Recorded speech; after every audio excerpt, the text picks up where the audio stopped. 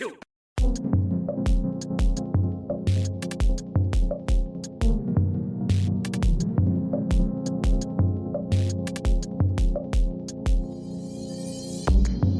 back, everybody, to another episode of the Cho Super Hyper Podcast. I am Super Blast X, as always, joined by Tony. Howdy. And if you're new here, welcome. Here we talk about Super Sentai and Kamen Rider. We talk about stuff in Japan. Sunday mornings over there, Saturday evenings for us. Yeah, pretty much. How has it been?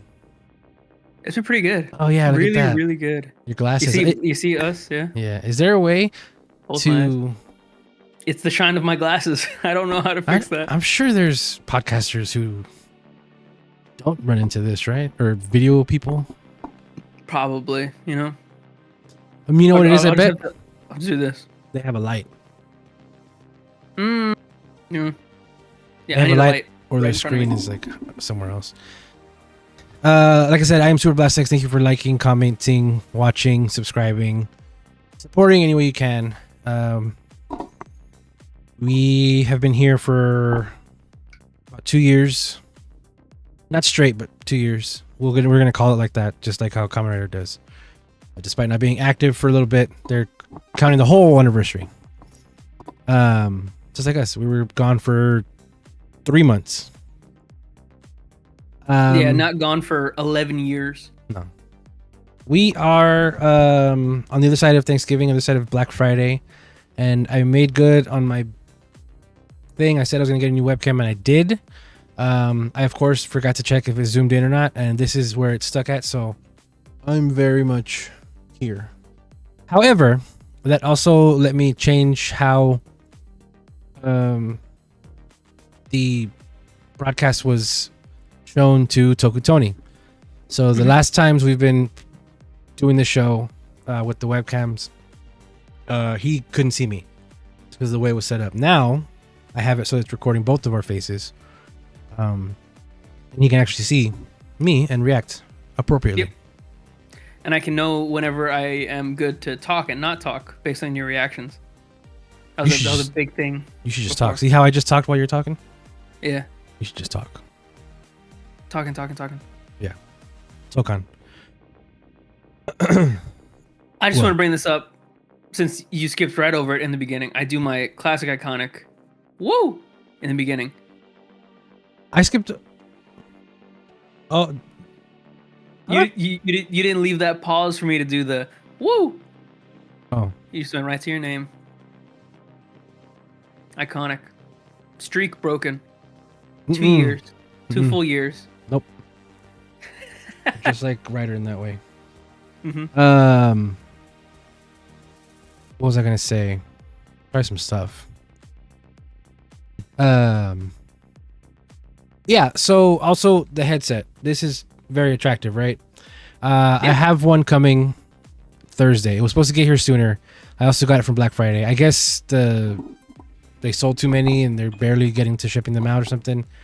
I did get it, on Prime and everything. We're supposed to be getting here sooner, but that, and I also bought a jacket that won't be getting here till Monday. It was supposed to be here tomorrow. Oof. That's fun.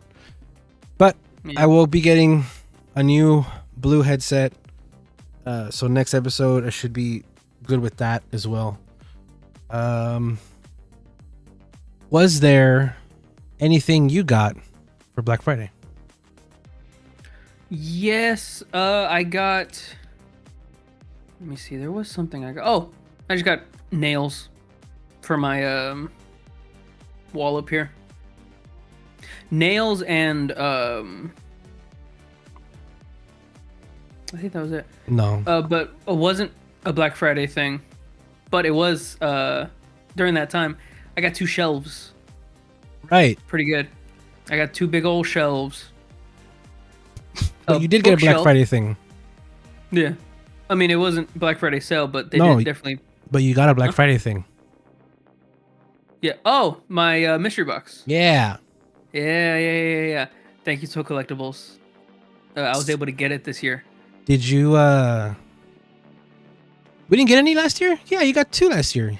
Yeah, I got 2 last year, but I missed out on my large premium, which is what the one I get. I did see finally a Sentai box. Have you seen any in the wild? I have not actually. I've only been seeing Kamen Rider boxes and Ultraman isn't that boxes. weird? Yeah. It's interesting. I think some Sentai boxes did come with some Yudo. That's cool. Have you tweeted it yet or shown a picture or anything of it yet? Yeah, I did actually, and I added Toku Lector. So if you want to go to my Twitter at cool. Toku Tony, at the Toku Tony, is my most recent tweet, thanking the Toku Lector. Get ready, folks. I'm going to retweet it Nice. live and in person right now. Nice. Toku told me. If you're watching this live at 10 a.m. on a Wednesday, this was yesterday night. Okay, so I just see that you have seen this trend of the face Nice. cracked behind the mask thing. It's perfect for Tokusatsu. Yeah. I favorited some of these to specifically show you. The one of that's fucking awful. You can't see any. Excuse me. Blur that. Whoa. Is that Unicorn and Oni Unicorn sister? and Oni sister. Yeah. Nice. Good. That's pretty good. Stuff. Speaking of, when we get to that talking about that, I'm excited when we get to that. Yeah, so we had our Thanksgiving earlier, so we didn't do anything. We had 4 days off: Thursday, Friday, Saturday, Sunday. I wasted all of it. I didn't really do anything. It was awesome. You did your shelves. I did my shelves for Saturday, Sunday, and also for Thursday, Friday. My dad was in town, so I got to hang out with him a lot. We had some Thanksgiving barbecue. That was really good. We still have some fajita and ribs. And then Friday, we went to a really nice fish place, like 25 minutes away from where we are. Oh, wow. It's very good. It's so good. I got salmon ceviche. I love ceviche. I love seafood. Salmon ceviche? Mm-hmm. Interesting. Ceviche de salmon. I saw Zootopia 2. You did. I did like it. It was very cute. I only teared up a little bit a couple times. But it I didn't really know specifically what the movie was going to be about, because a lot of the trailers didn't really expressly say what it was going to be about. But while I was watching it, it made me realize something about the first Zootopia. Have you seen the first Zootopia? Oh yeah, that was a big hit. I didn't realize this about the first Zootopia, but it's all mammals in the first Zootopia. I didn't realize that either. I mean, maybe they even mentioned it in the movie, but I guess it'd been a while since I've seen it. But it is just all mammals in that movie. So this one deals with... Have you seen the poster or teaser for the second one? No. The 2 is made of a snake. So we get introduced to reptiles and amphibians and turtles in this one.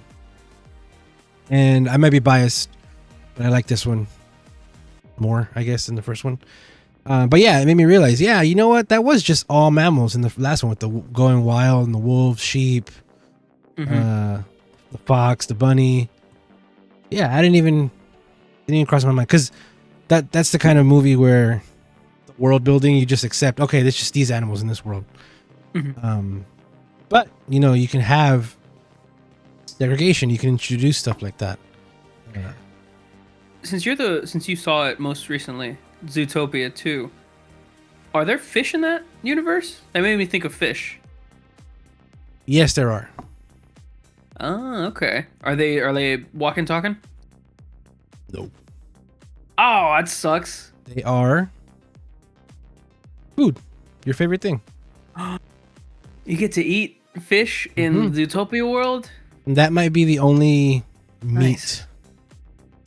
I wonder how they came to that conclusion. There's a couple dolphins. Those aren't fish. Those are specifically mammals. But that did make me think that's something that we didn't see last time either. So it's not specifically reptiles and amphibians. It's like water-based mammals too, because there's seals, sea lions, otters, beavers. Those are all mammals, but they're being introduced in Zootopia 2. Wow. It was cool. I liked it. Maybe I'll watch it again, but I doubt it. I think I'm gonna ask her. I should ask her. It's probably too late, but I want to ask to go see the new SpongeBob movie. Big Guy SpongeBob. What is it? The one with Ice Spice singing the song for it. The reason why is I remember going to see the second SpongeBob movie in theaters with her, and I think too. Maybe it was. Doesn't matter. I shouldn't be saying the names. Yeah. Beep those if you can, please. Beep them like obnoxiously. Okay. You said it. I can do it real obnoxiously. Yeah, I saw the second SpongeBob movie in theaters with her 10 years ago. Wow, that was 10 years ago. It's gross, right? Oh my god. Yeah, it's nasty. But I'm like, yeah, that'd be nice to do that again. Yeah. So I want to go take her to see the new SpongeBob movie. No matter how bad it's probably going to be. Whatever. Yeah. It's the experience, right? Yeah, And the popcorn. It's SpongeBob. SpongeBob now. Every now and then I'll get into a rabbit hole on TikTok of old SpongeBob. Man. Hey, buddy. You just floating from Stupid Town? That's such a good nothing. Or, what did you do to my drink? What did you do to my drink? Or chocolate. Hey, I just got my license. Hey, I'm next. Hey, I doubt it. Oh man, that's so good. Yeah. Yeah, I love. Not to sound like a old person, but I love old SpongeBob. From the 1999. Not more than what's going on now. Yeah, when it looked funky as hell, that was good. It looked like it was drawn on a paper napkin, on a brown paper napkin. It looked like it was made out of love. It very much did. I remember having that SpongeBob, the best of, like the first season on Game Boy. Game Boy Video SP. So good. So good. And now it is so... Like it's an empty... It feels like an emptier shell of itself. I feel like that is true and untrue because it's not made for us anymore. It's made for the kiddies nowadays. Because it has those references, right? Like kid references that they would understand now. Hey, Patrick, 6'7". Like that? Is that what you're talking about? I mean, maybe. The kids know it. The kids understand it. They think it's funny as heck. Yeah. And they, it's stupid. Can you imagine if Ellen DeGeneres was still around? She would have had that kid who did the 6'7" thing the first time on her show. Oh, yeah. Just like how she had the Daniel guy. Oh, with the white... Ah! Yeah. Ah!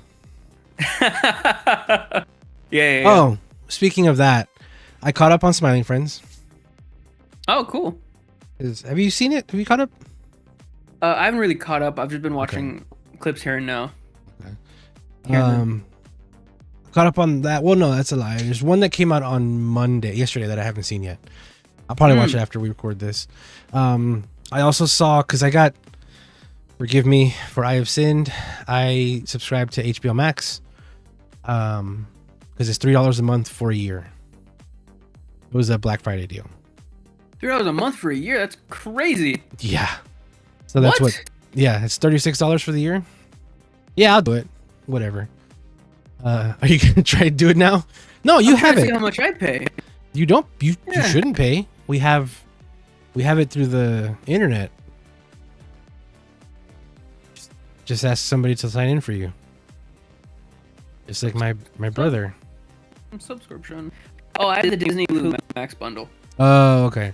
That's something though. After I got this thing, they keep sending me emails. Hey, you can get a bundle. Hey, you can save. No, I'm okay. Yeah.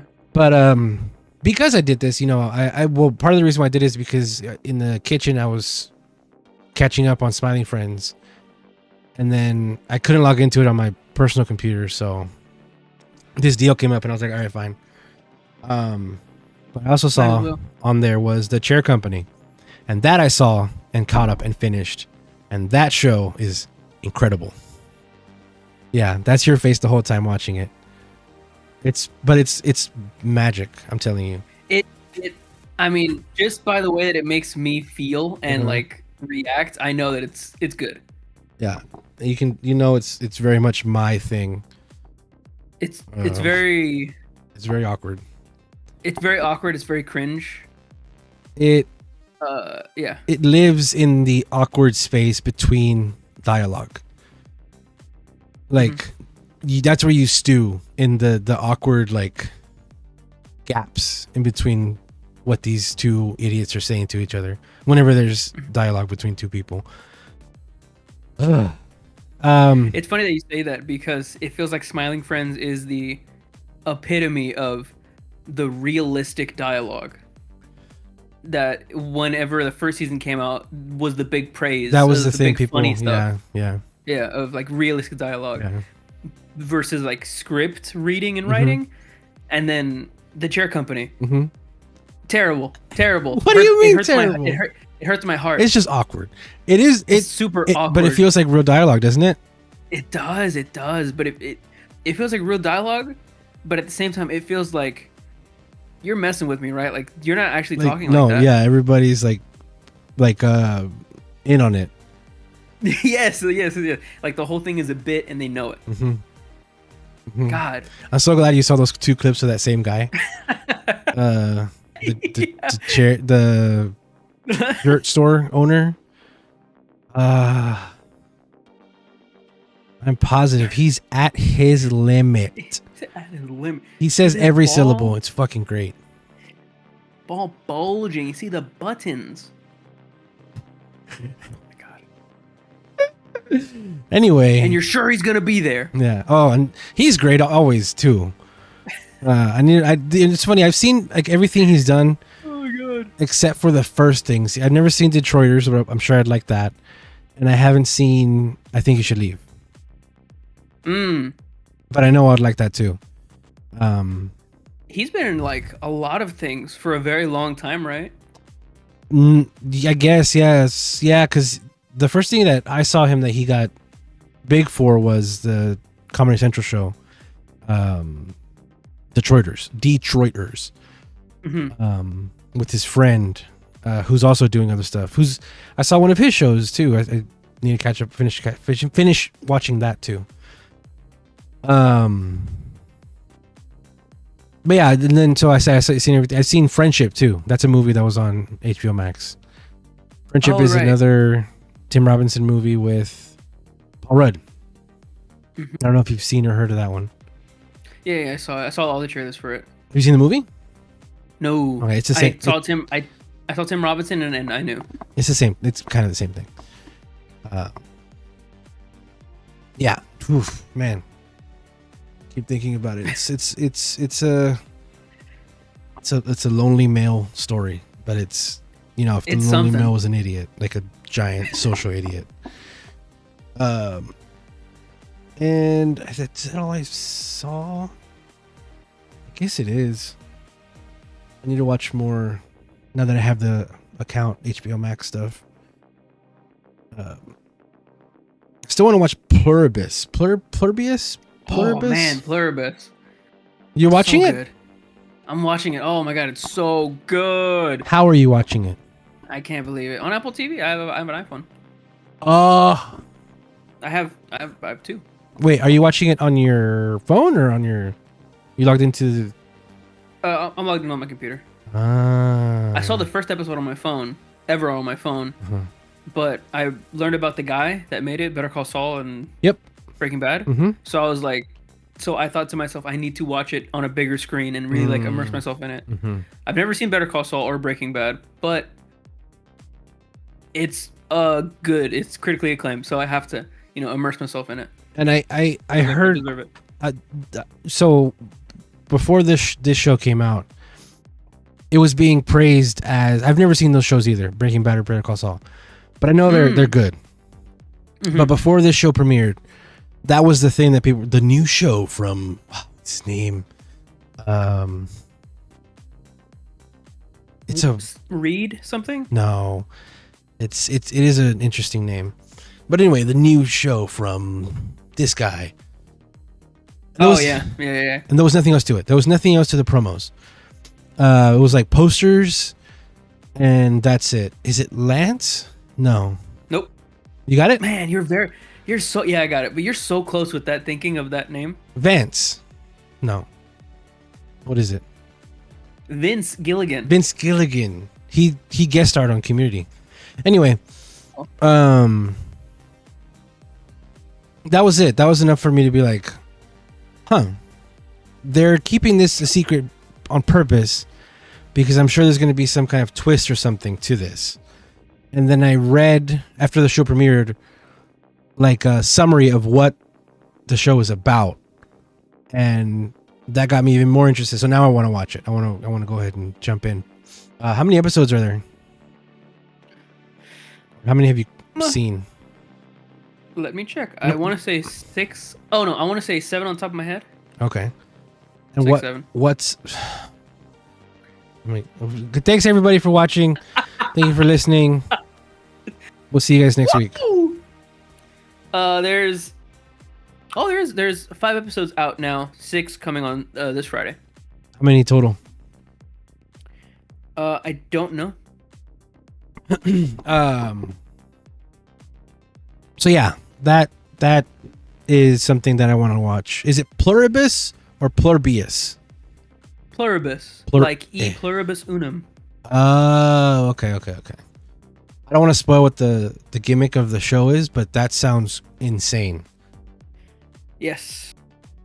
Okay, it says from what I'm reading here, it's supposed to be 9 episodes. Oh, cool. Okay, so maybe I'll watch when episode 8 comes out. So I just have to wait 1 week. And then I forgot I was watching something else that I started, but I haven't finished, and I'm gonna finish because it looks really, really, really interesting. I think it's called Some Side Effects. Have you heard of that one? Some Side Effects. No. It's an animated show. It was on Adult Swim. It's. Oh, you mean the blue mushroom one? Yes. Okay. Yeah. The one where everyone looks like bobbleheads. Yeah, the main guy, the worst. Yeah. People kind of dogged on that when it first came out, but I liked it. You watched it? No, like the art style. Oh yeah, the art style's fine. I'm not. People were being rude about it. I'm sure it looks like. It looks like an American Satoshi Kon style.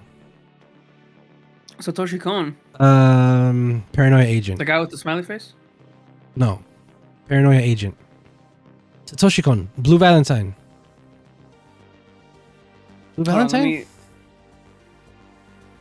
If I look up Blue Valentine, it's just going to show me NMIXX. NMIXX. It's not Blue Valentine. Blue Valentine, you idiot. It's, let me see. It's Perfect Blue. Yes, dude, with the smiley guy. That's what. Yeah. That's what I associate that movie with. Smiley guy? Yeah. Here, let me. Perfect Blue. Perfect Blue is about a lady. Yeah, I know, but the creep in that movie. Oh right, when his eyes were super small. Yes. Yeah. That's what I associate with him being the smiley guy. So yeah, that's what this kind of reminds me of. Yes, that guy. And I like what they're trying to do with this show. It's about pharmaceutical agencies and stuff and how fucked up it all is. Mm-hmm. Yeah, I'm gonna finish that too. So I have been watching things. Yay. Heck yeah. Including Kamen Rider and Super Sentai. Speaking of, was there any news that happened since the last time we talked about this?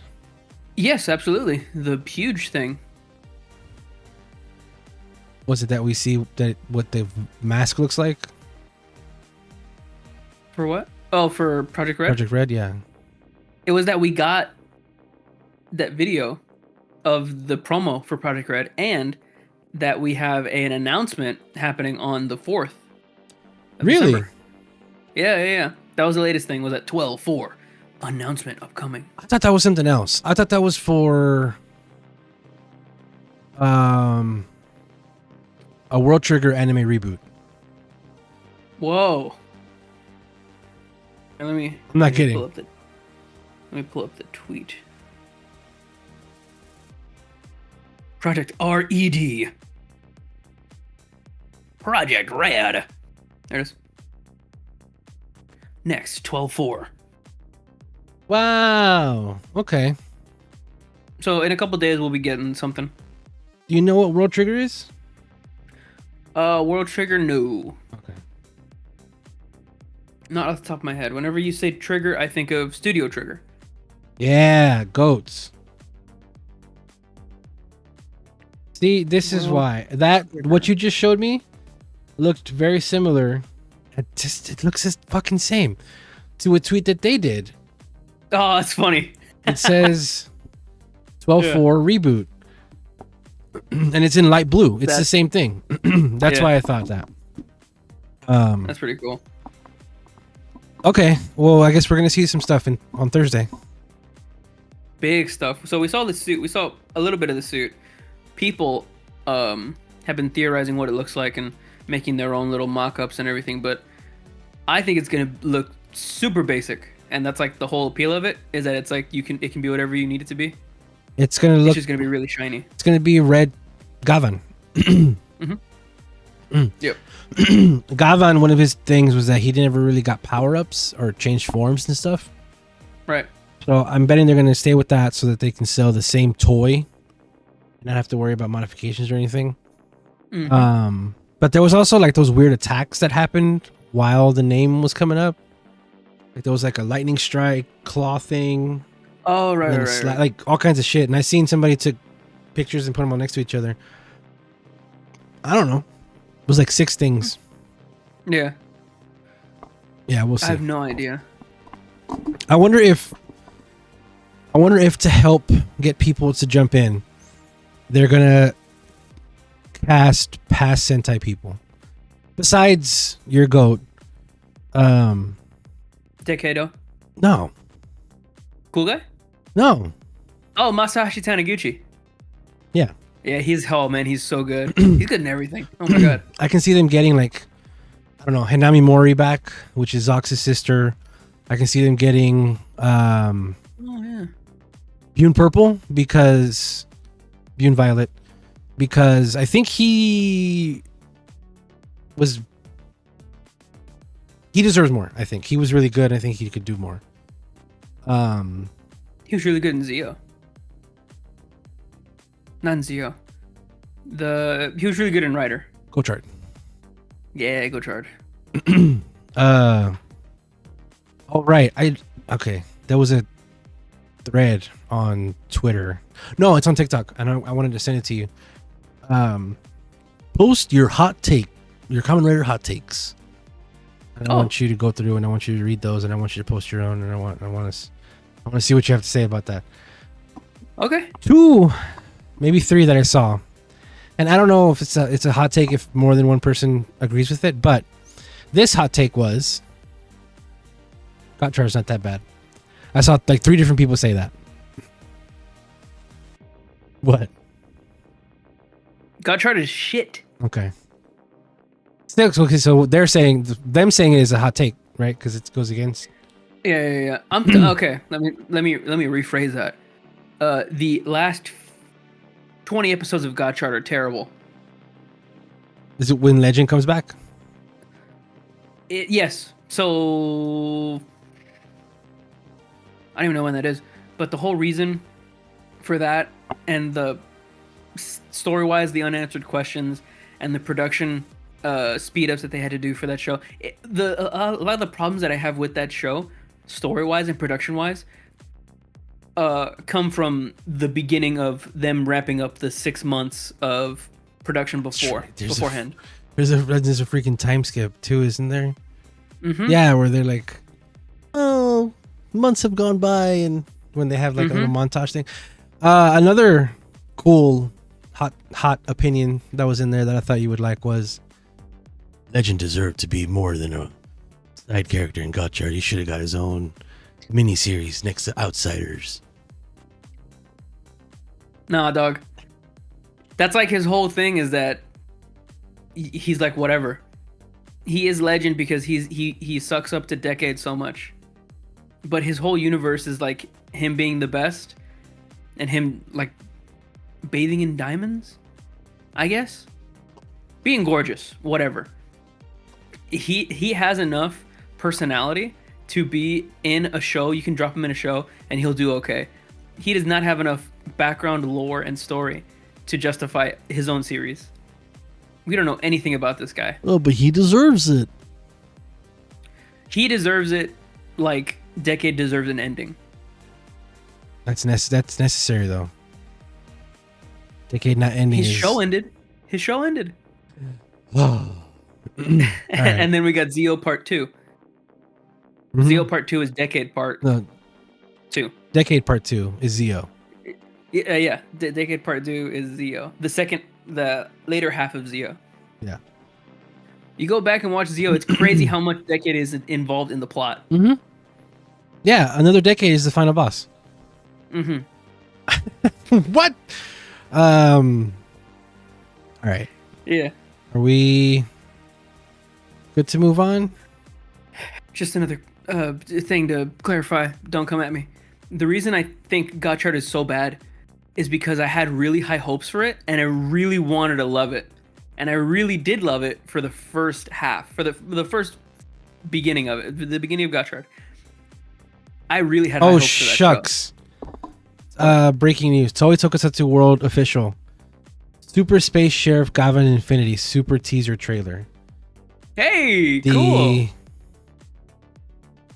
The international Tokusatsu YouTube channel. So it's looking more and more like we are going to be getting an official English release. Is my internet not working right? What's going on with my phone? YouTube's not working. Oh, that's working. Yeah, YouTube's being a butt. This is from 3 days ago. It is the same one, right? But the why did I get it pushed then? The point is, I got excited. Was that already on that channel? Yeah, 3 days ago. Maybe how many comments and from when? Let me see. There's 530 comments from 3 days ago. Okay, well, never mind. Let me see. The latest comment was 37 minutes ago. Interesting. Either way, it's looking more and more like we're going to be getting this in America. Yeah, kind of maybe the same cadence as Zeztz. Yeah, I mean, I hope so. I hope so, but like, we got to have more of a push. Zeztz is great and all, but there's no push. Hey, we have it in the U.S. Where's the advertisement on U.S. anything, right? You have to know what Tokusatsu is to know that it's in the West right now. Which I feel like it's on the fans' part to like push it out to as many people as we can, but that's kind of like, come on. That's kind of what we're doing. Yeah, we're the free promo. Yeah. If we were maybe nicer to it, you think we could like approach them? Absolutely. Why did I just get that push? It's not even up here. Of that freaking... Yeah, that's a little weird that you got that push right now. I got a push notification. At 11. Okay. It's not breaking news. Sorry, guys. Not at all. Let's... Morphin. Take a break. Let's take a break. When we come back, we're going to talk about... Super hero time. We'll be right back.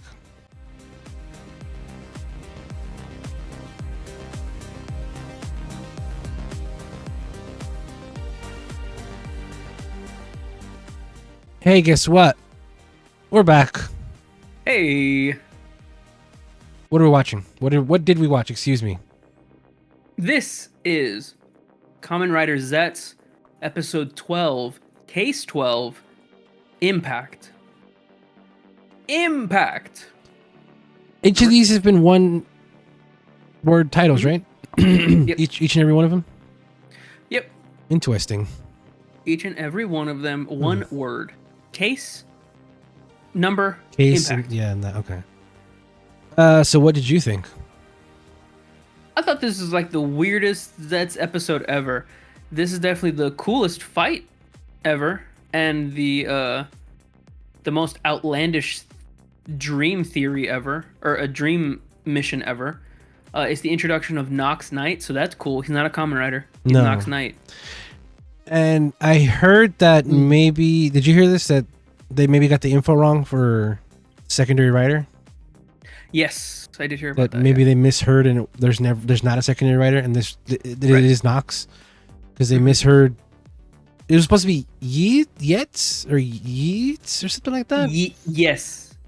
And is that like the Japanese word for a race or something? Uh-huh. Is that what it was? I don't want to. Don't quote me on that. It's what the changer says. So instead of Baku, or instead of Rider, you say Henshin, which is transform. Mm-hmm. In this case, with NMIXX, he says whatever, yes. Yes, but it's disguise. So instead of him saying transform, he says disguise. So people are saying that they may have been wrong. This is our quote unquote secondary writer. And I wouldn't be surprised if he switched sides. I mean, we see him in that cityscape at the intro. Well, the whole thing with NMIXX is that he's an agent. Right. He's an agent of code, which we find out in this episode. I'm getting into the story stuff, but episode, it's like a 8.5 out of 10. All right. Next, we're gonna come really back and we're enjoyed gonna talk about Super Sentai. Super Sentai. I you just did wanted this. To put I just wanted to put my rating out there in the beginning, just in case. But yeah, no. Code. I want to do it off the top of my head. The contamination objectives. The Contamination Objection Division Incorporated. He says, code is just something I made up in my head when I was a little kid or something. What I've been dreaming. Code of. is something I made up in my dreams. Can you tell what that is? Oh, yeah, it's 01. Aruto Janaito. Yeah. What was the name of this episode again? Impact. I already made that joke. No, I know, but yeah. Oh. Impact. Bullet. That probably had the coolest sounds. Have that belt? I do not. That series had like 14 fucking belts. It was actually only 3 belts. No, it was. The blueprint was there. It was the 01 really- driver, I'm really 02 trying to look for driver, this. the Arc Riser, the Force Riser. the Jackal thing. All the Confidential there you go. Confidential Organized Defense Establishment. Code. Nothing to do with dreams. No. So yeah, like Even how you though said, Baku's. Even though that D is right there, but go ahead. Yeah. Defense. Baku says, "You're an agent for Code. I made Code up in my dreams for me to be a secret agent." Nice try, pal. NMIXX says, "Yeah, you have no idea what Code is. Mm-hmm. Code has been here long before you You were born. and it exists in the real world. How about that? And check out, we want you to smell my fart too, because you're just so stupid." Watch my fart. Um, Hey kid, take a step back. Nothing personnel. Ugh.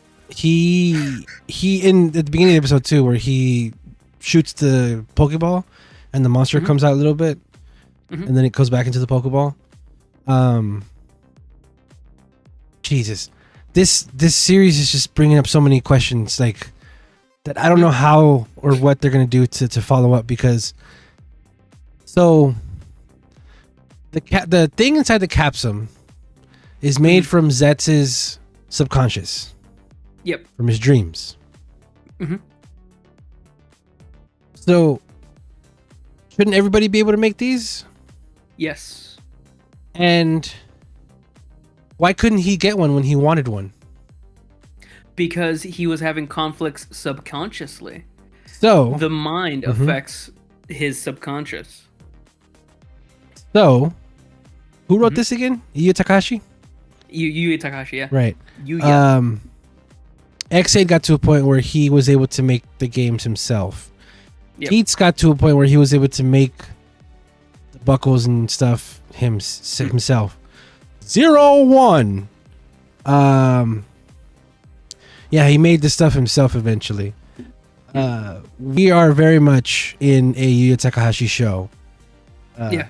So because of that, I don't see if it does happen, Nem's not going to be a writer until maybe a movie, maybe an after thing, maybe a girls remix. Oh, that sucks. Yeah, if Nemu gets it. But I don't see it happening. I also don't see Detective Lady. I don't see Lopo being a writer again either, unfortunately. Because this is Yu Takahashi. Until the very end, to the very, very end. Sucks. Yeah.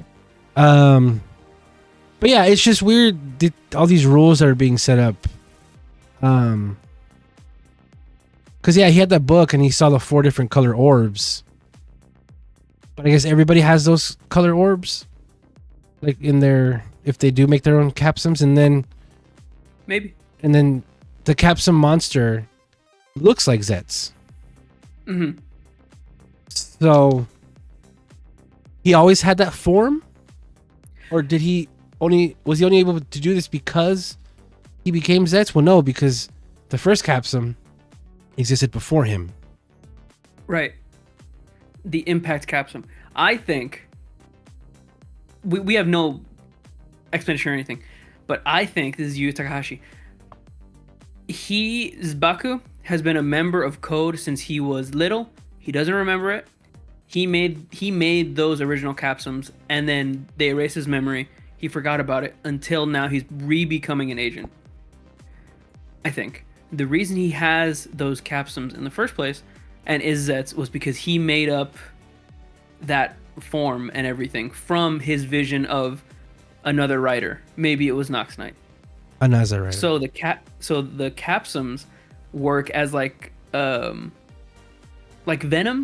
Spider-Man, what Venom is to Spider-Man, the symbiote. Venom was the symbiote, and then it lashed onto Spider-Man, and now Venom is the spider symbiote. Sort of similar to that. But if he can make the capsums, that makes him special, right? That's why he's an agent. Not everyone can become an agent. Maybe he's the only one that can make those specific types of capsums. He's patient 0. I mean, exactly. He was there on the ground floor when the AI attacked. I mean, his mom, it's Yuya, was a goddess, and she made her son special. No sign of their parents yet, so that's kind of cool. However, his sister finally walked into the room. Yes, that's a big giant thing. room. And it is different than the dream version of it. It's so different. Even Zero seems to be a different entity. I mean, he didn't really say much in the dream world except for "Let's go start my engine," and then when they get to the place and he's fighting Nox, we do get some reaction shots out of the bike, and it's just that's basically it. I read no. So yeah, that's weird too. And she didn't freak out that much either. No, she didn't freak out at all. She was just angry. I've got up to episode 11 for her little special thing, so we can watch that eventually. Mm-hmm. I've got something we can watch with it. King Oger versus Boom Booger. Oh, cool. Movie time. Yeah, I want to watch that. I got Special that. time. I also got, speaking of Blue Violet, his special. Remember that? Cool. Where he got the 6th? Yeah. The Where you got recent- that jacket? Recent 6th. There's a Don Brothers in there, so yeah. I had an idea. There's also Natch Sparrow in there. Gross. Is he? Oh, wow. Yeah. How you say? Zero, the man, is piloting this robot, the motorcycle bot thing, humanoid, in the real world. In the subconscious of Baku, in the room of Baku's subconscious agent room, right? In the dream world, they're the same entity. The Zero and the bike, it's like the same person. But in the real world, it's just a guy remote controlling a robot, right? So in the future, there's going to be a situation where they're going to have to separate, but they'll be in the dream world together. But in the real world, he won't have his remote control robot Zero bot thing. Do you think there's no story thing to that? I'm just saying. You think he's gonna be his dad? What are the chances it's his dad? Pretty high. Pretty high. Although he would have known if that was his dad just by him speaking English. Also, the sister would have figured it out by the voice, maybe. But still very high. Very, very high. Yeah, this episode's about here, let me read the mission statement. Prevent the meteor strike. Good luck. Very good, very good.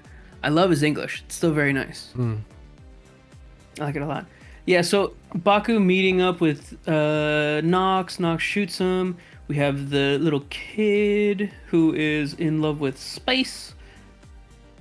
Meteor strike. Oh, that down. too. That made me mad. Go ahead. Then after that, the conflict of this episode between the detective duo and Baku. Baku reveals that Odaka is Nox. Fujimi is like, that's not him. He can't do that. He was a righteous man. He's my friend. He's my friend.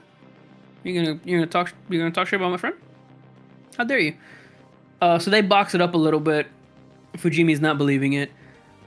Nagumo, however, is finally accepting that black cases are real and that Zeztz is for real doing this stuff. She's like unwillingly accepting it. Yeah. Like she's still kicking and screaming, not like wanting to, but yeah. She's like begrudgingly. What did she say? She says something good.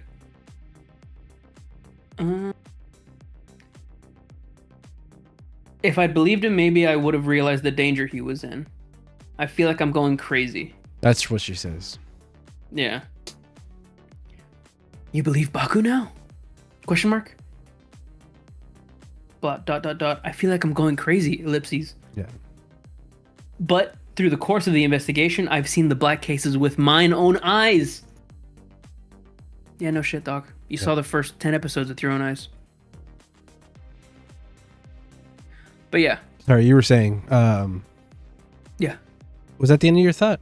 I Yes. jumped in. Okay.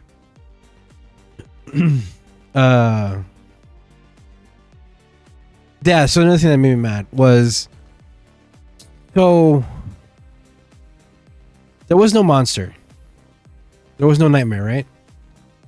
The nightmare is Barrier Zeztz plus Nox. But there's no nightmare. There's a villain that he fought. There's a bad entity that he fought. There was no nightmare. Like, no one. There was no... We did not see a nightmare. Right. Presumably there is one, but we haven't found the doors yet. There was no allusion to the doors either. And we don't know for Right. sure that the kid's the dreamer. Well, I guess we do because he recognized him. Which also, Truck-kun. Truck-kun makes a special appearance in this. Pretty great. dead. Yeah, and the fucking driver died. Driver dead. It's crazy that he's just telling everybody who he is. Yeah. And like, it's kind of crazy. I can't wait for somebody to be like, "You're the dude from my dream." Wait, you're the dude from my dream. What the hell? Or not dream, I guess nightmare, right? But yeah, the whole thing with 48 hours. How does a kid know in 48 hours we're gonna get that kind of thing? What stops anybody ever from having a bad dream, and that thing just happens in real? Like, I know that's the point of the show, is that nobody should have bad dreams, and we got to protect the dreams we have. But like, any bad dream can happen and like destroy the world. That sucks. Yeah, I mean, it's really what the reason that the first episode happened. Now, any bad dream that can happen because Zeztz messed up on that first episode, allowing all those butterflies to get out, right? Going to the different people, right? Yeah, and Nox is amplifying that with Nim, presumably, with her butterfly powers. Oh, that's right. Yeah. We thought he was going to heal her, or maybe a little bit. But it turned out to be his weapon stuff. His Nox driver, not Nox driver. Let me see what you call it. This is one of those things that I know some people don't like about Rider, where their Rider name is their name. So Nox is Kamen Rider Nox. Yeah. Yeah. Night Invoker. Okay. Yeah. It's not a driver, so he's not a rider. He's Nox Knight. It's not a driver? It's the same thing as Zeztz. I know, yeah, but it's not, and he's not a Kamen Rider. And he says disguise instead of henshin. As long as they can sell them toys. Absolutely. So a lot of stuff happened in this episode that it's just this episode is packed with exposition. And it is a two-parter, so we'll see what happens next week. But before I don't know if there's anything else you wanted to talk about, but I wanted to jump into, and you're going to answer this first before I do. What do you think of the Nox suit? Oh man, I think it looks really, really shiny. Really, really shiny. Really, really cool. Cool to look at. Probably cool to shoot as well. I mean that facetiously, because goddamn, the thing is shiny, and you're gonna see all the cameras in that. I don't know how they filmed that. I think it looks pretty good. I really don't like the white implemented into the suit. I think the silver and the orange is just fine. I don't feel like they needed to add that white, but yeah. Overall, it feels okay.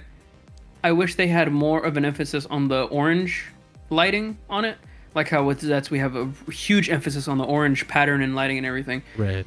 Here, it just seems like the emphasis is that he's silver, which is different, sure, but like, come on.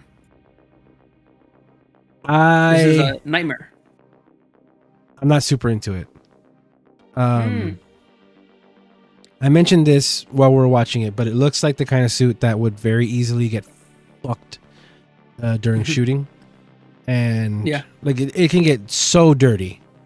And it's just always a rough time when you choose to do a white, silver type suit in tokusatsu. Something where you're always going to be jumping around, rolling around, having sparks fly out, stuff like that. But the design, I know it's more than this, but it does just feel like a recolor of Zeztz. Yeah. And when I say more than, barely. The helmet, I keep trying to see if the helmet was just the same thing, but the line, like the horns are like lower. But it is a like a wholesale different helmet, which is fine, but it does still just, they look super similar.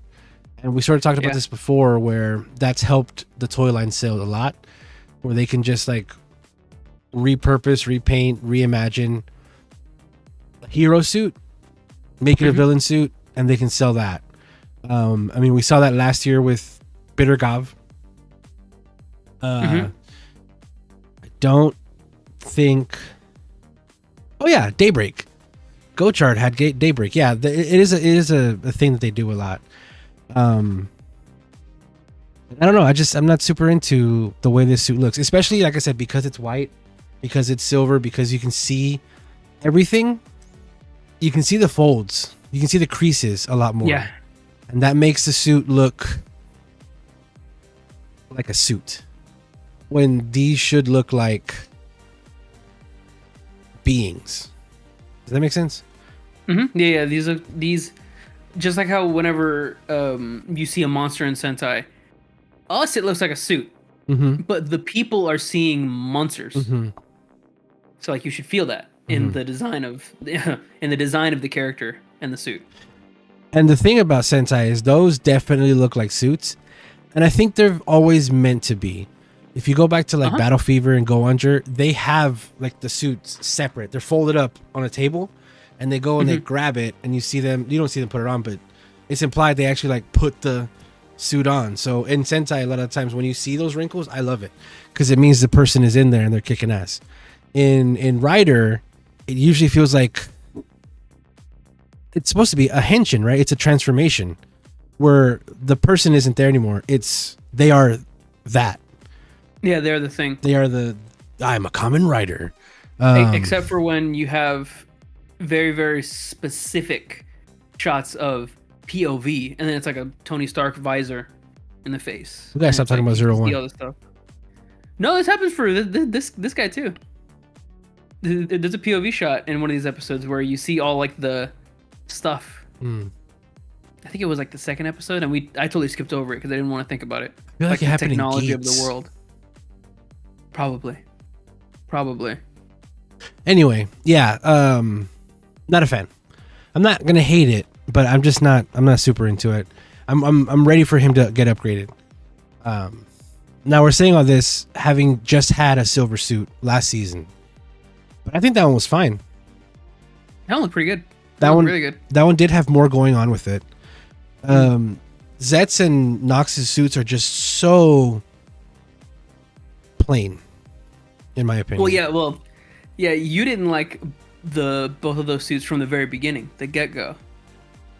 For Zeztz? The Zeztz, because it looks more MCU-ish, like Americanized. It's very much. I mean, it's a global show, right? So, and a lot of people were saying that too. It's like the show and the designs and everything very much feel like they're trying to bait for a wider audience. I'm not going to say American because obviously the MCU is global. So I get it why they're trying to do that. It makes sense. I just don't think it works in Rider, in my opinion. Not too well with Zox here. Especially since Rider is always supposed to be armored. That's what they are. Armored riders. Kamen Riders are traditionally, at least they have a chest. They like Gav. Yep. Gav had the popping gummy, and I think he had the arm thing and then the shin braces. Shoulder pads. Gotchard too had all that stuff. Like, this is the most stripped down Rider we've had in a while. Probably next to, I guess, 01. Yeah. But 01 also, his armor plays a role whenever he becomes a grasshopper or a polar bear or a tiger or whatever. Yeah, this is the most, apart from the helmet, silhouette is just a guy. Just a dude. Yeah. Yeah. I feel you. That's what I wanted to say about the suits so far. Nightmares look cool. Nightmare designs are pretty on point, and they look interesting. They look cool.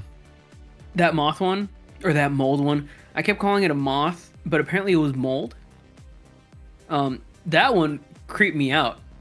It was very good, but I didn't like it at all. Yeah. Creeped me the heck out because all those fuzzies on it. It's like a thing where like I see it and like I know what it feels like. Terrible in my mind. Do you have that? No. I feel like most people have that, huh? No. I see something, I know what it feels like on my skin, and I just don't like it. Oh, I know what you mean. No, not really. I don't have that. Oh man. I'm looking at my eyes. Oh, okay. This one looks smaller than that one. Does that one look smaller than the other one? Do they look like different sizes? They look like different sizes, yeah. They do? Damn it. All eyes are supposed to be different sizes. All right, they're not perfect. Yeah, it's the one thing when I see people I zero in on their eyes so much. Yeah, because we're not symmetrical. That's part of it. No. Okay. Did you have anything? Yeah, there's like halfway through this episode. 3 years ago, I'll just speed through it. 3 years ago, we jump back and flashback. Otaka and Fujimi are in the prime of the investigative stuff, and Otaka is talking to Fujimi about black cases. He's like, this has to be a nightmare, and Fujimi's like, but that's just a dream though. Come on. And Otaka's like, okay, I need to stop them so that only I can have the bad dreams. No one else deserves these bad dreams. Oh. Which is why exactly. He's emo as hell. Nox is so emo. But yeah, that's his whole motivation. Fujimi says, the Otaka I knew would never side with the nightmares. He says, scowling at Zeztz. We meet up with the kid.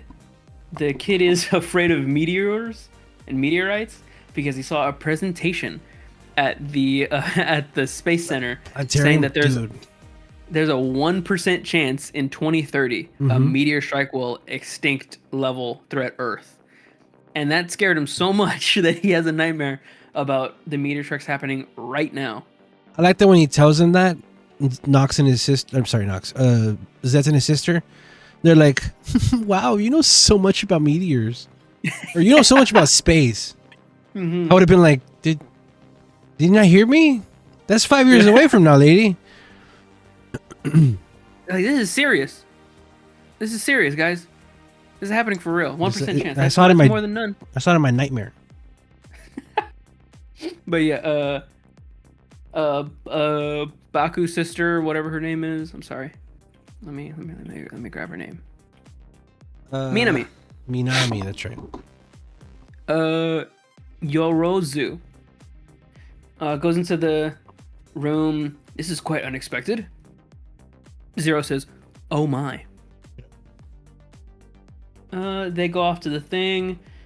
There's no explanation about what happens next, but Zero's like, you have the face of somebody that looks like who wants answers. And Minami says, yeah, man, angrily. And that's the end of the scene. And then we cut to now Zeztz is in that same room, but it's the dream room. And then Zero's already there. So like, what does that mean? Come on, give me something. Start my engines, we get in the dream, and then we get the Nox reveal. So cool. And this is what I want to talk about: the suit and him doing the fake out of the henshin device. God, it's cool. This fight is so cool because it's Zeztz with the Tron lighting, right? And then every time Nox lands a hit on him, he loses some of that lighting. And the last hit that he does on Zeztz, which is the belt only being lit up, he hits him, and that knocks him out of the dark space into another part of the area, all in daytime. And that's where you see Nox really shine, because he's silver. Again, you make the nightmare character in the nighttime silver. Why? But the fight was really cool. I liked it a lot. Great cinematography. Ryder always excels, for me personally, in the fights.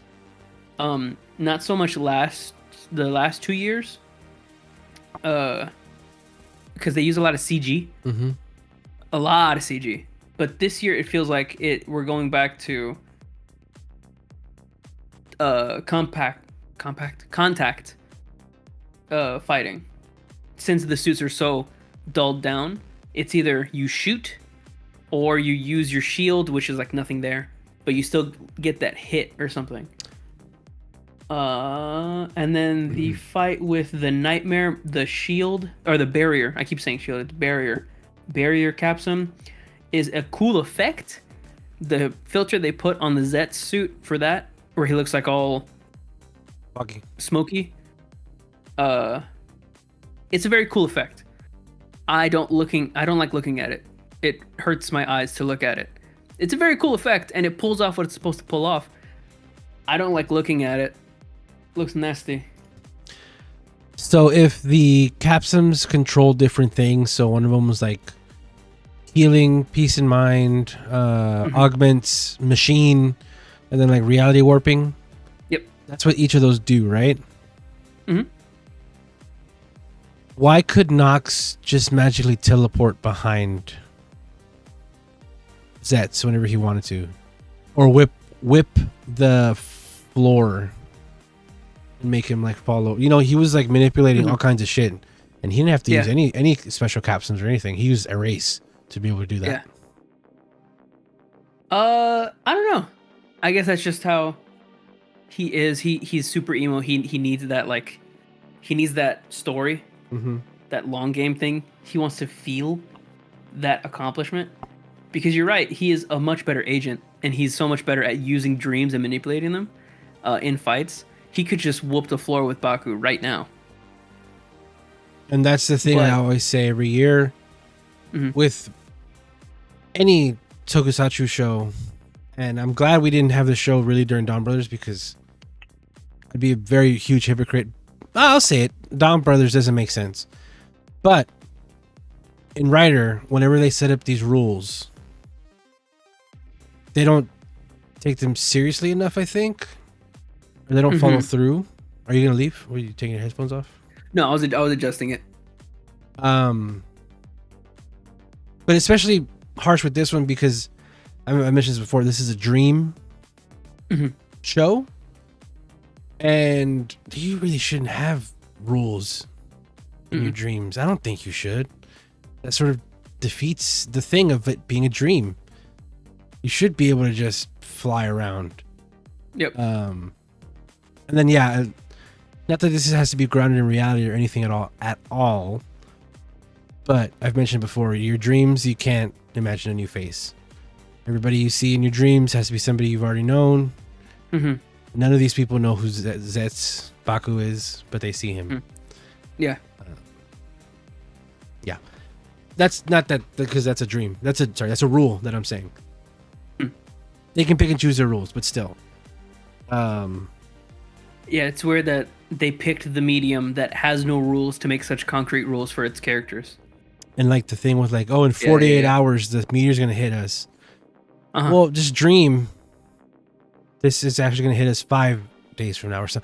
I don't know. It's weird how they're treating dreams like a different dimension, like a different world. That's what I feel like is going to happen later on in the show. I'm glad you said that. A different world. It feels like what they're setting up is that Code is an organization that knows the truth, and the truth is that dreams are just different. It is portals into another reality that you go into every night.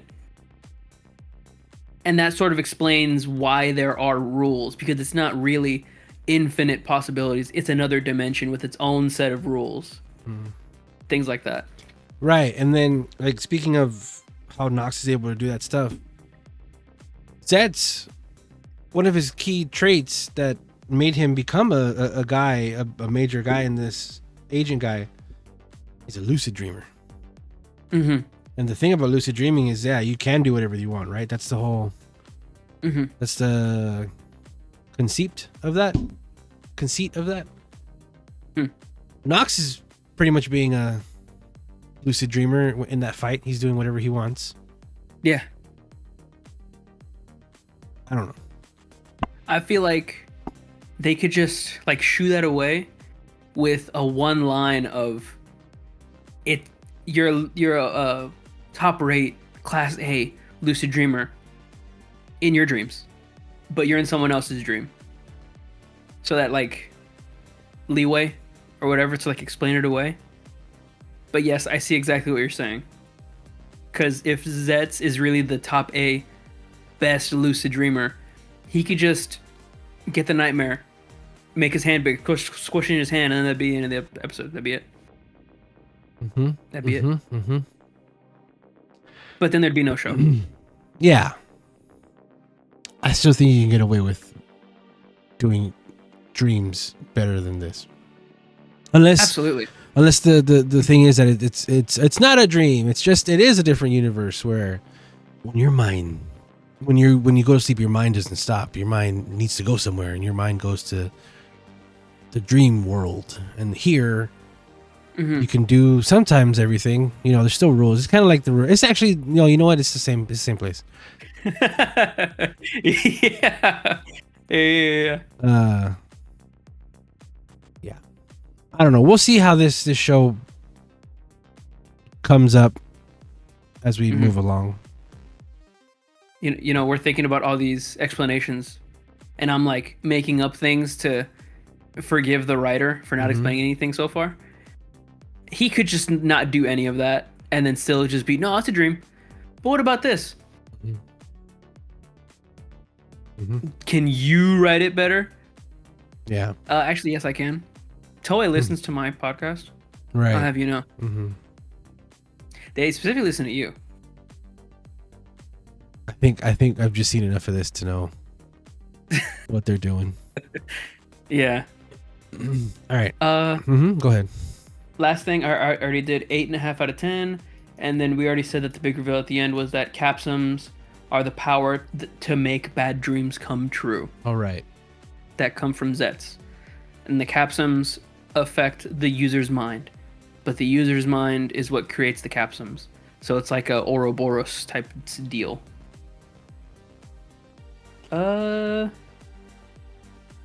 Next episode, we should get the end of this two-parter about how the heck they stop the meteor strike.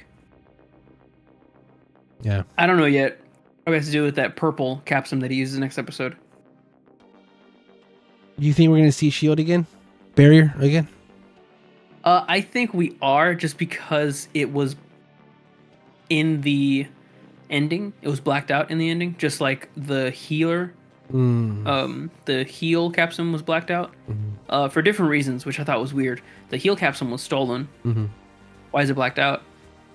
The barrier capsule is broken. That's blacked out. That's cool, but they're both the same category. I don't know. But yeah, I think we will see it. Yeah, back again, just because there's a spot for it. That's another thing too, right? Where if the capsule comes from his mind, from his subconscious, from his dreams. Who caught it?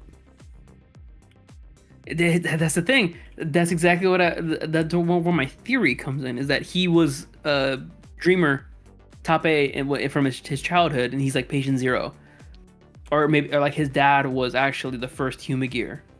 Whoa! Or like his mom is actually the goddess of creation.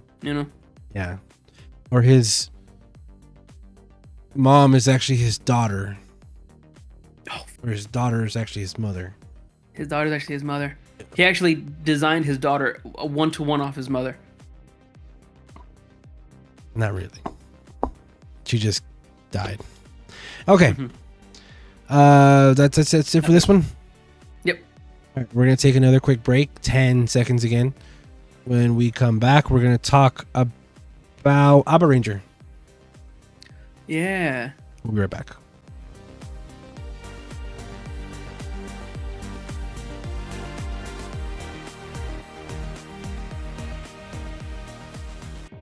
Don't brothers, don't nigga don't brothers, don't. Yeah. Nice. We're here. We did it. What episode is this? Yeah, we made it. Tony.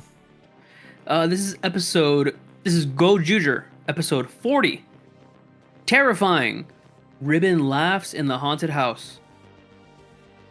So, very cool. Supposedly, Ribbon was always supposed to be in this few episodes.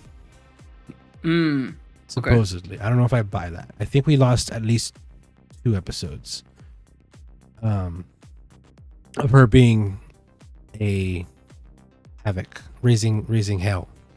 Mm-hmm. But her purpose was served. Her purpose was to be the motivator for Bouquet to feel connection and then loss, and then she goes crazy, right? Or she, not crazy, but she tries to avenge her and stuff. The extra spicy bit is that Rikuo is involved. Yeah. He is the one who murked her sister, which is incredible. Crazy stuff. Did you enjoy right now how I'm talking about this and not the other thing that happened in this episode? No, I'm not actually. Okay, I'll talk about it. The restaurant gets invaded by a haunted house. Because there's what? So it's because this is so strange. Haunted house number 1. Haunted house number 1 is the main villain in this, and the Gozyugers have to go to a haunted house and fight him, and it was pretty interesting. What are you looking at? Oh, we do get a big scene with old man Goju Eagle, where he's actually in the episode for a good amount. That was pretty good when he was with Goju Polar. This was real. I saw it from the blog post. Polar just kept cutting up every time old man Goju Eagle was there. As the dead samurai guy, and you could see it. He was just smiling every time he was in frame with him. Very out of character for Goju Polar. We're supposed to be a cool guy. Cool guy. Pun intended. If you catch my lingo. Horu, of course, very scared. I like whenever it turns out to be the eyes, the mooks. He's like, I'm not scared of you guys. I know what you are, and he just fights them all. That's pretty good. Tyranno, he's pretty cool. He had a couple scenes. He's like sort of the one who talks to Rikuo that confirms the haunted house is like everywhere. I think I talked about all the characters that were in this episode. Why are you looking at the camera like that? I'm jimmying the camera. Yeah, dude. What's up? What happened in this episode? Oh, I guess they won and Ribbon died. Fire Candle coming out at the end was really cool. That he was like avenging. Pretty clutch. He smashed the face of Tegasword of the ring. Yeah, and it broke in half. I thought it was gonna be a bigger deal than it was, but it wasn't. And I did mention that was pretty funny. He like unhinged when he fell out the mech.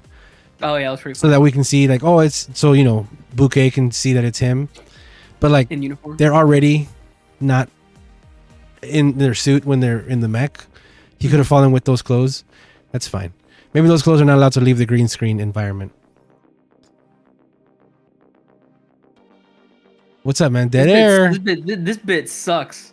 What? Why? What do you mean? Hirakohaku. Wow. She's here. Yeah, buddy. We finally see her portrayal of Sumino in Gozyuger. Wow. And it is just as ridiculous as I thought it'd be. There's at least 2 Oni puns in this. Mm-hmm. At least 2. And I bet that they were dying to not add more. To add more, they just couldn't. So this is the first episode where we can clearly see the reshoots applied. Excuse me. Mm-hmm. Some of them look dog shit, but it's to be expected. They're doing what I was scared they were gonna do, and I was scared it was gonna look. It looks better than I thought it'd look. I thought it looked worse. But there's only so much you can do with such a small time frame, with a green screen, and it sucks because this is a haunted house episode, so the lighting's gonna be weird anyway because it's like a dark place and you have different lights coming, like fog, and there's rags and shit. So that affects everything too. Mm-hmm. But yeah. Beginning of the episode, they just straight up attacked the hell out of it.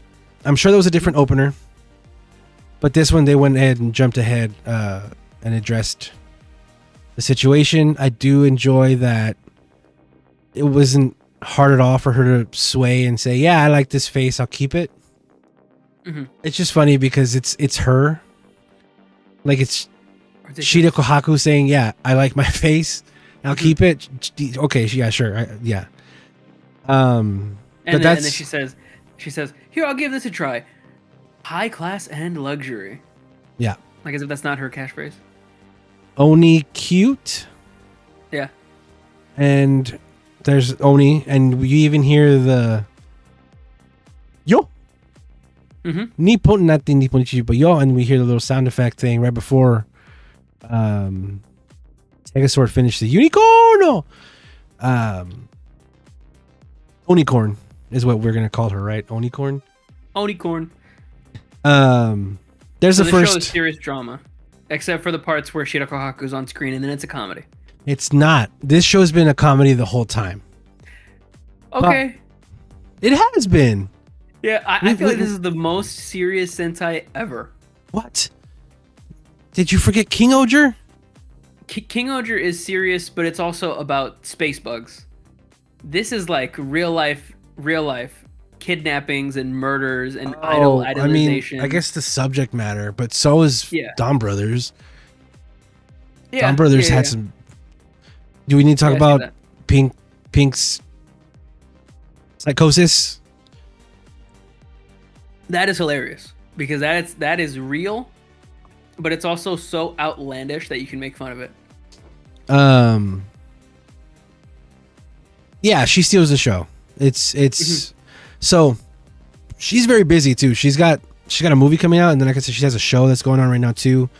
It would be to the benefit of Toei if they got her in the Project Red thing. I don't know if she'd want to do it, but I'm positive people would watch. The second Oni joke is a very clear reshoot scene where her and Tyranno, Ryugi, so they have to man the haunted house and see who's the better haunted house. Oh, and Rico plays dispatch for a little bit. He does. That's pretty cool. It was a very clear reshoot because we see later on Ryugi was supposed to be a Frankenstein monster guy. Mm-hmm. But in this shot where they're scaring some kids or parents and a kid, he is dressed as an Oni, straight up Japanese depiction of an Oni. Like blue hair and everything. Blue hair, blue bodysuit, horns, club. Mm-hmm. Wait, did he have a club? I think he had a club. Yeah, he had a club. And they do the scare, and Shida's next to him, and she's dressed like a witch. And they scare him, and then they come back, and they're ha ha, and then she stops and goes, "Wait, why are you a Oni?" And he goes, pointing at her, "Well, because." And then they go back to, "Oh!" They sort of brush it off. Yeah.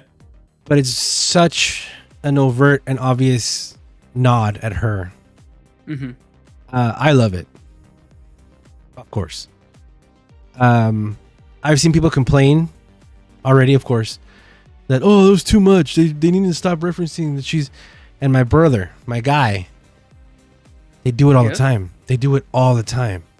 Yeah, they do. Whenever a past Sentai actor comes back, it's not every time, but they do it all the time. In Gozyuger, Deka Yellow, Jasmine, her actress, oh no, I forgot her name, and I love her. Anyway, Amanda. That's right, Amanda Sakaguchi. Oh no. Anyway, she comes back as Koyu Blue's sister, and there's a scene in that game, in that show, where she does a quick little fight with some of the bad guys, and her ending pose is where she puts her hand out, kind of like the license in SPD, or sorry, SPD Deca Ranger, Emergency. and you hear the boo boo boo emergency, and that was it. Like it straight up references Deca Ranger in Gozyuger, and it's just because she's here and it's kind of fun. There was another one too. That is pretty fun. Where it was just the same thing where just have fun. That it happens all the time. I am looking through my. Oh, that's another thing that came out. The Gozyuger summer movie. Oh, that's right. It came out on Blu-ray. So I've seen some people reacting to it and posting screenshots and stuff of that. Looks cool. And hopefully we'll be getting that soon. With the Calamity. Right. We'll get to see. Mm-hmm. I didn't like it. What an idiot. I didn't like that. Maybe I. We'll get to see the death of Tegajun. That's cool. Yeah. We'll get to see why Ryugi was so traumatized. Right. I wonder if they're going to keep to it and have him still be traumatized. I hope so. That was a pretty big part of his character. That he's an acolyte of the Tega Sword. Like have him be traumatized in the movie, or if it's going to be like a Gotchard thing where different character in the movie versus in the show. I hope we do see in the movie, when we watch the movie, I hope we see him like freak out. So yeah, that's sort of note because this is a Blu-ray that came out for sale, I guess yesterday in Japan, and people were able to buy it. And guess who's in that? Maya Memori. Oh yeah, and it's still available to buy. Like, people were worried and curious what's going to happen with anything that has her face on it. Are they still going to be able to release it? Are they going to have to reshoot everything with Hida again? Or sorry, Kohaku. But it looks like the shows might be fine. Or show the movies, home releases might be fine in terms of this. So that's good. We should be fine there. Anyway, I've also seen people complain that it is just Haruka again. She's just acting like Oni's sister that we saw. There is a little bit of a nuance there. She's a little more high pitched. I don't know why she went with that, but fine. And I don't know. Maybe she just can't help it. They can't help it. Whenever she gets too hype over the haunted house and she starts clapping and it goes all crazy, that's very. I don't know if Haruka would do that. I don't know if Oni's sister would do that. I don't know. I don't know either because I don't see Maya doing that either as Sumino. I do.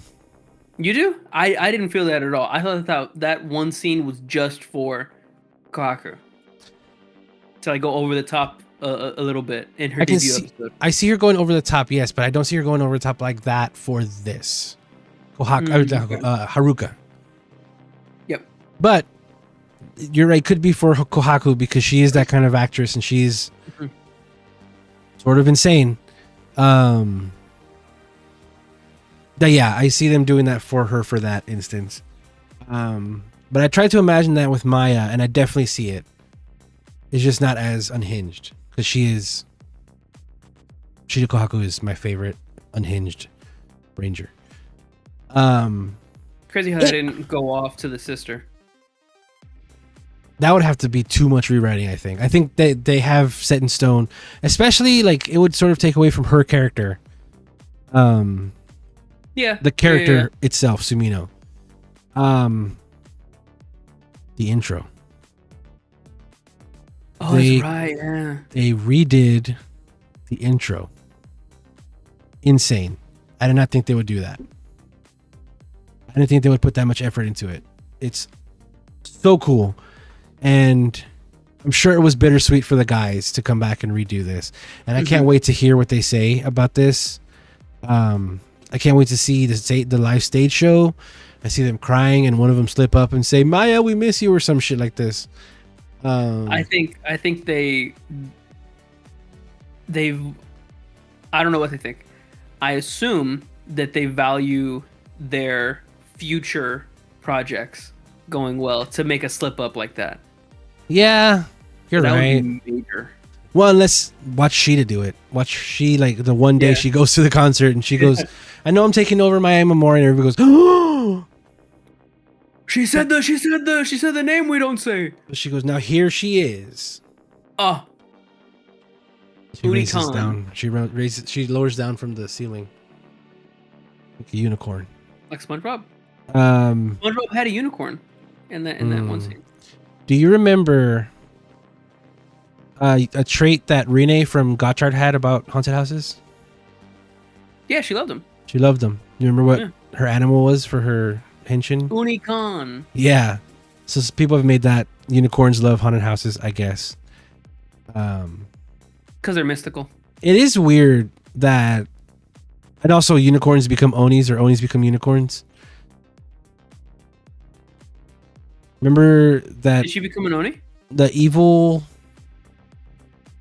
writer in Gotchard that Lakisis became?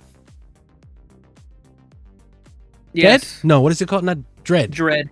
Yep. Dread. Remember the power-ups are a unicorn and also Unicorn and Oni. Oni and demon? yeah. Yeah. Yeah. That is pretty cool.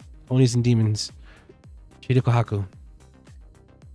Reio Matsumoto. My Amamori. I thought it was a fun episode. It was an intense episode. The episode, I thought before, this unfortunate stuff happened, this episode was going to be a banger anyway. It was a very important character episode between Rikuo and Bouquet. Very nice. And it is sort of at the level of like Lupat, where this whole time you couldn't figure it out that was them, but that's fine. I thought it was weird that he didn't even know her name. Right, he found out today, and I don't know if he's an idiot that he's never heard them call Bouquet before, like in battle. You know what I mean? Like, Yeah. Where like they should know they've He had a should know that conversation in name. passing or something that, hey, these are our enemies. Bouquet, Fire Candle, whatever. or Polar Yeah. telling him or anything, Polar. because Polar had a whole thing with her. Yeah. Marupi is who she plays Bouquet. She is doing an excellent job. Oh yeah, Marupi. One word. She's doing awesome. What's her actual name? Uh, Because that's her Twitter handle name. that's the name that she has, Japanese actress. Marupi. Yes, Marupi. Yeah. She's in the same. Excuse me. She's in the same agency as Nashiko Yodona and Angela Sabella. Oh, one Familia. Yeah. Yeah, it was great. I really liked this episode a lot. Jesus Christ. What? Marupi. I just looked up Marupi on Google Images. yeah, Google Images. She's in the Yodona special. Mm-hmm. The last one. I did not know So was that. Angela. Oh, huh. No, I'm just looking at the Google Images because I just looked up Marupi, Japanese actress, to see if they had her full name. But no, just like Beyonce, one name. But she has the largest eyes. Mm-hmm. My God. Mm-hmm. She's Yeah, what's that, incredibly beautiful. I can't stand it. She certainly has large eyes. Who the heck is this? Oh, that's Fred. Can you see my glasses? Can you see who that is? Turn a little more to the left again. Is that you? That's you. What are you kidding This around guy. for? Oh, Just some random guy. okay. I thought it was somebody, dude. I was gonna try to figure it out. The hell. No, it's just some random guy. It's just literally some random guy on Marupi. Google Images. I've talked a lot about this episode. You go. I really enjoyed it. I really enjoyed the suit. I always point out the suits in Gozyuger because I feel like they have a lot of personality to them. This is Haunted House number one. Suit. Yeah. So it's Oba Keyashiki, number one. It's a main suit and a ghost puppet. Mm-hmm. I love that. It's a twofer, right? So it's a lot of acting with a Muppet, which is a talent, and then suit acting. I like that a lot. Either there's no internet or this thing is taking forever to load. I cannot. Well, we look fine. But just off the top of my head, the suit, so good. The images of the broken lanterns, the gravestones, the pillars, which are also sort of Japanese headstones, in the back to make a sort of 5, like the Gozyuger symbol. His face being a soul, the ghost being the ring, I guess. I don't know her name in Japanese, but her like having a well, the no? black hair, and her coming out of the well. That's another Japanese horror thing with the well. The ring, yeah. Oh, there it goes. Hold on. Are you trying to see what animal? Yes, I'm trying to see what animal. It looks like a crab or a lobster, but let me see. Maybe a crawfish. I didn't see any of that on this guy. Oh wow. Okay, that's weird. I haven't seen that before. Profile tab. Secret technique goes to tag generated words because this is an AI monster. Haunted house, surprise, scream, human, number 1. That's kind of. Is the animal a human? Fuck. Oh, what the heck? This Haunted House No One is voiced by Katsuyuki Konishi, who previously voiced Gosei Knight in Gozyuger, and the Gacha Driver. Mm-hmm. What the heck? The Gacha Driver, and the Gacha Driver thing. Oh, that's funny. Gotcha. Yeah. I think we knew that. Design. Haunted houses, graveyard skeletons, water well, Hitodama, Sadoko. Oh, the ghost, Sadoko. And a coconut crab. The headstone around his faces bear the names of past No One monsters, while the grave markers on the back bear the names of past AI captains. Very cool. Let me see. There is one more thing. Oh, on the back of his design, it's a exit sign, like a haunted house. At the very end, you know where the exit is. So cool. Yeah, I really like the suit. I like it especially because it's a puppet. Very cool. I like that they beat him by jump scaring him. And he goes, "I'm a ghost now," and he floats up, and that explodes. That's pretty good. Yeah. That's pretty good. See, it's a fucking comedy, dog. It's pretty good. It's pretty good. Next episode, it's gonna be Ryuki getting the Tegasword, the real Tegasword. Yep. It's gonna be Bouquet fighting Rico. Yep. I think those are the main things that are happening next week. So that's cool. It's gonna be the beginning of a 2-parter leading into a 3-parter ending. Yeah, this is part of 2-parter, right? This is part 1, 2-parter next Yeah, this is week. part 1 of a 2-part. Did you rate it?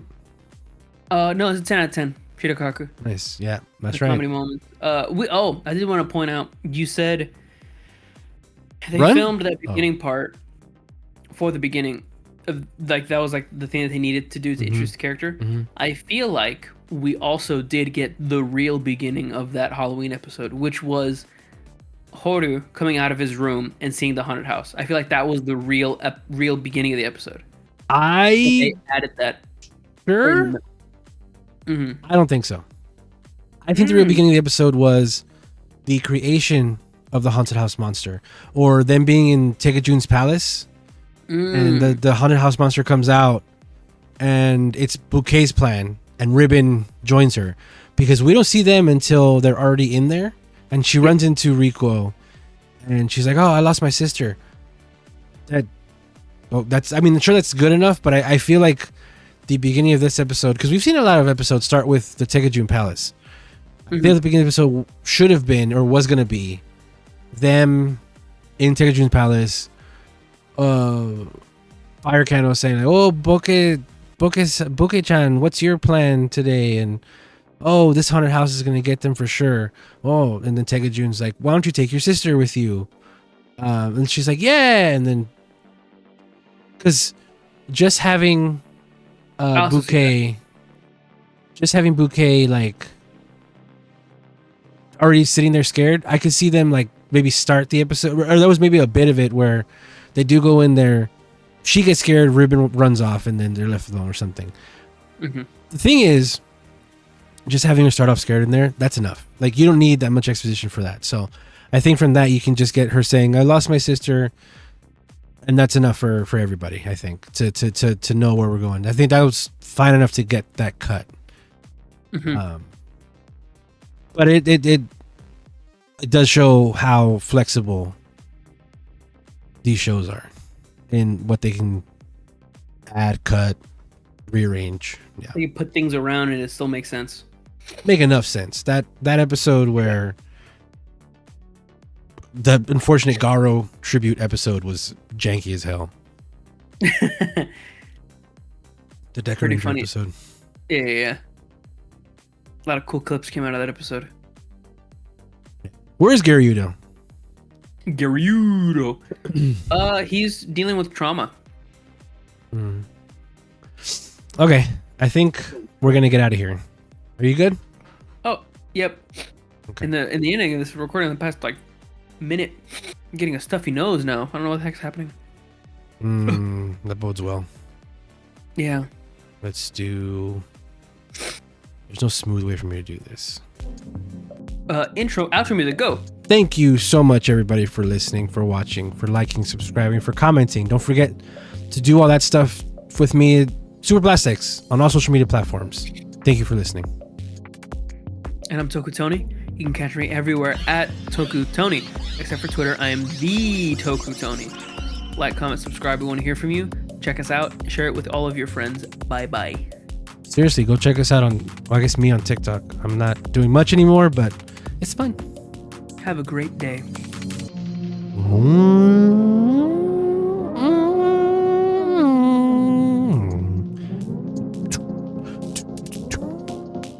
Unicorn.